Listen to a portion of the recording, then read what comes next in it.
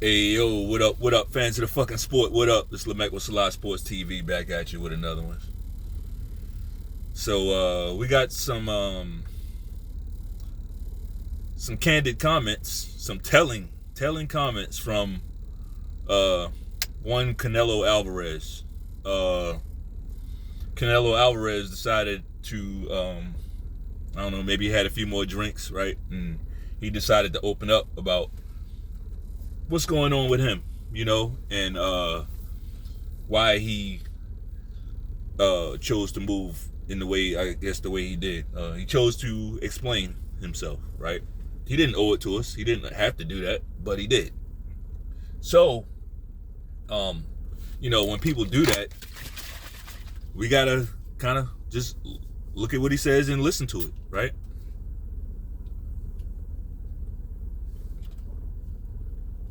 Now, I'm not going to go verbatim, but I'm just going to just speak in general to his overall take.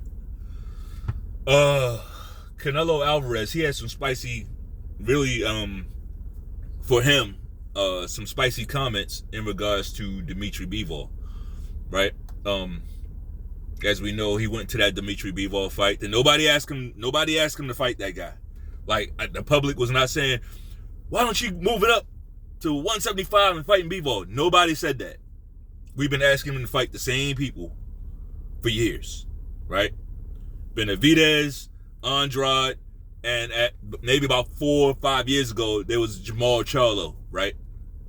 I wanted him to fight Jamal Charlo to humble Jamal Charlo. That's why I wanted him to fight him. But you had a lot of people, they wanted him to fight him because they thought Charlo could beat him. Either way, he refused. He moved around, jumped weights, went up to super middleweight when all he had to do was fight one of those guys, right? He refused to do it. He chose to go to super middleweight route, which is Callum Smith, Billy Joe Saunders, and Caleb Plant. Ooh, world beater, right? Real fucking world beater. So that's what he chose to do.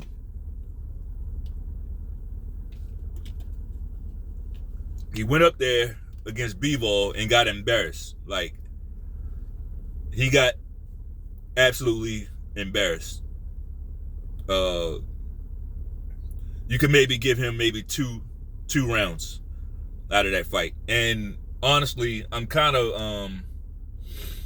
upset with Bivol, especially now that we know Canelo ain't gonna fight that guy, right? I wish Bivol would have hit the gas on that motherfucker. When Canelo was all backed up against the rope, he was really hurt. I wish Bivol would have kept with his in and out shit, piece him up and get back out. He could have stopped Canelo, right? And that would end all this bullshit. But no, Canelo, he escaped with just getting his ass whipped. I don't know how, like, it don't matter that he got fucked up against that guy, but somehow he's still the face of boxing, right? So Canelo's comments, let's talk about it. One of the things I peeped that Canelo said is, in regards to Bivol, he's like, yeah, this guy thinks he's going to tell me what to do. I thought those were some weird comments coming from Canelo. In every negotiation, he's handicapping guys, telling guys what they can and can't do. He's making catch weights. He's rehydration clauses. He's telling people what to do, right? Telling people what to do. He told Bivol what to do in the first fight, in the first negotiation, right? He told him what to do. Bivol said no problem. See, Bivol's not a weight bully. He's not a weight bully. So Bivol said no problem, and he proceeded to beat the hell out of Canelo. Now, anybody with half a brain would say, you know what, Bivol, he looked pretty good against Canelo. He won the fight easily. Like, he won the fight going away. Bivol deserves something, right? He deserves something. I don't think Bivol was asking for 50-50 in the second fight in a rematch. I'm pretty sure he wasn't asking. But what did Canelo say at the time? Right after that fight, he claimed to want a rematch. Well, first, let's take it all the way back. Right after that first Bivol fight, he came with excuses. Yeah, he's a bigger guy, much bigger guy. It's the weight. Bigger guy. But just toss aside the fact all those guys you weight bully, right? You fought Amir Khan. Canelo fought Amir Khan. Think about that. Anyway, after Bivol beat him, bigger guy. Didn't give him his credit. It was just the weight. You know, I went up there and chased greatness. It was the bigger guy. So, first it was that. Then Bivol, he's like, damn, I couldn't even get no... All right, man. So then Bivol's like, look, I'm going to need something in the second fight. Like, you can't just bully me in the negotiations again after I whipped your ass. How does that not make sense? That only makes sense to you Canelo cocksuckers. Like, you cocksuckers are the reason why this cocksucker acts like that. And I'm talking about Canelo Alvarez and all his fucking fans. Well, not all his fans, but his man fans, his fanboys. We're going to get into that whole dynamic. But why would you not give him something? Why would you not pay him more? He just beat you. He showed and proved. But no, Canelo says, no, we do a rematch. We do it at the same everything. After he took a L. Not a close one. Not a close fight. He got destroyed.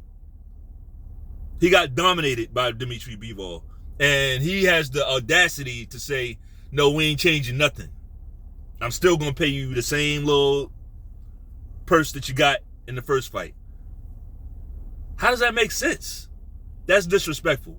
Not only is it disrespectful, it shows that he really didn't want that fucking... That's the equivalent of pricing yourself out. That's what that is. Like, boxing is a very dangerous sport. Like, this is a Canelo fight. Bivol fought him. Canelo's supposed to be the cash cow. Right? The cash cow means you can get the other guy paid. The other guy makes a lot of money fighting you. That's what that means. But for Bivol, he wasn't willing to do that.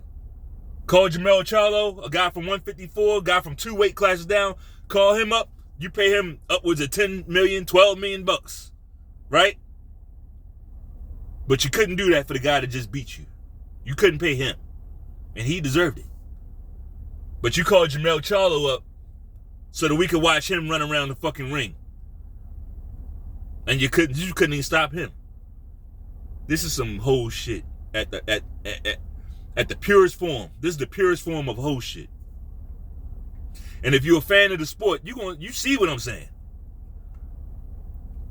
If you're a fan of the sport, you see what I'm saying. And if you like a Canelo cocksucker, you are gritting your teeth at what I'm saying. Right? Or you calling me a hater. But like, I want to know. I really want to know.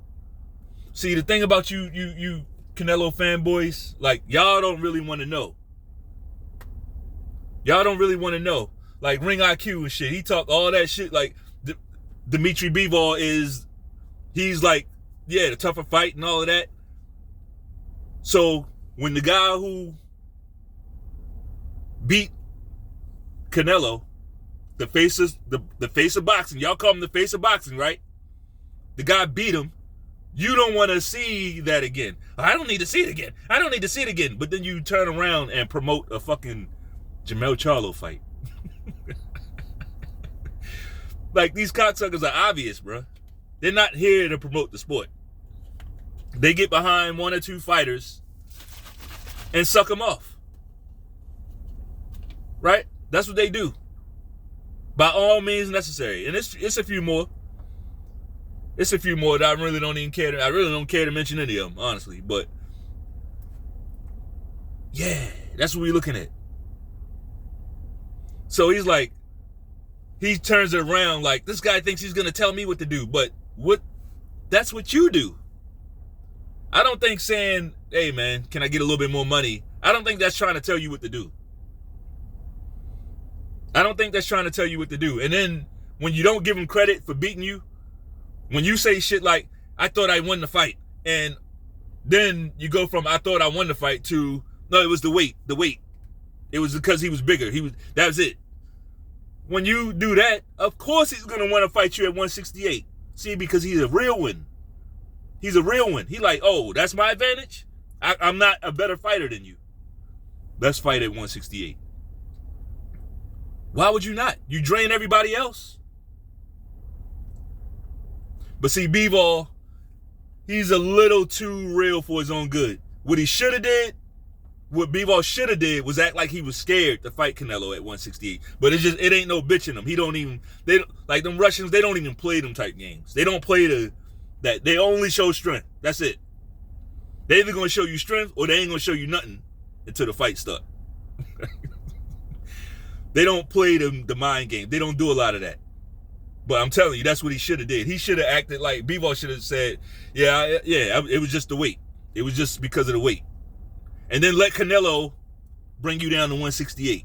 And then you go down there and fuck him up. Worse. That's what you gotta see. Guys like Canelo, he wants every advantage he can get. He needs every advantage. He's not that guy that they make him out to be. Good fighter. Canelo's a good fighter. But that's what he is. He's a good fighter. He's not an all-time great. He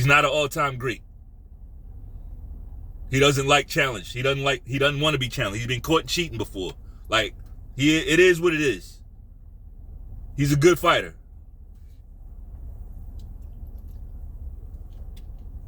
Dmitry Bivol is a better fighter than him. And Dmitry Bivol is not an all-time great. Right? At least not yet. I haven't seen. No. Actually, Dmitry Bivol is somewhat basic. He just does everything. He does everything well. He does everything at a high level. But he's not like. I don't see him as an all-time great. Now that guy that he's running from, Beterbiev, I think he has all the stuff. He's made of all-time great stuff. It's just a shame that, his age and the injuries and stuff, we'll see. But he looks like he's still, every time he fights, he don't look like he slowed down. He don't look like he slowed down, but we know it only takes one fight, right?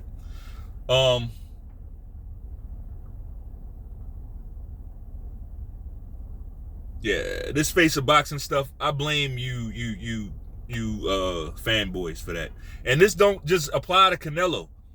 Because we got, on the other side of the spectrum, we got Tank Davis fanboys doing the same shit. Excusing all that fuck shit that he does. Like, picking and choosing who to fight. He does it at an even worse clip than Canelo does. He's doing it with no belts. He's doing it with no belts. He's doing it with no legacy. Like, the motherfucker had one real title in his whole career. Tank Davis, the motherfucker that y'all suck off. He had one title in his whole career.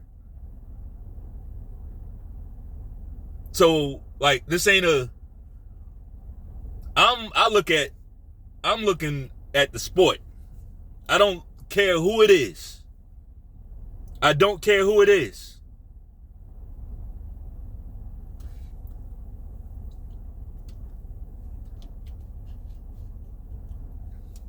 See, Canelo, he wants to have the overwhelming advantage, right? The overwhelming advantage. And if you don't want to give it to him, then he's gonna say, "Yeah, I'm the A side. All that shit that y'all say on these fucking." He repeats the same shit that y'all say on these videos. These fighters, they taking their cues from you, and a lot of you cocksuckers, see, y'all don't care about the sport, so you get flattered by that. Like, oh, Canelo just said what I said. He's listening to us. Right? And you faggots get flattered by that because you don't really care about the sport. You don't care that we're not going to get that fight or this fight or that fight. Y'all don't care. Y'all turn into fucking managers. The same, you got Canelo cocksuckers that's mad at PBC fans and shit for doing the same. Y'all do the same shit. Y'all doing the same shit. Y'all doing the same shit. You move like you need to go find your father. That's what y'all move like. Y'all move like a bunch of fatherless motherfuckers.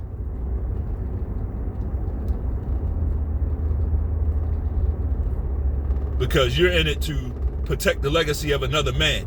When it, like, we in it to see motherfuckers showing proof and let the chips fall where they may. Right? That's what sport is. Let's see what happens. We want to know.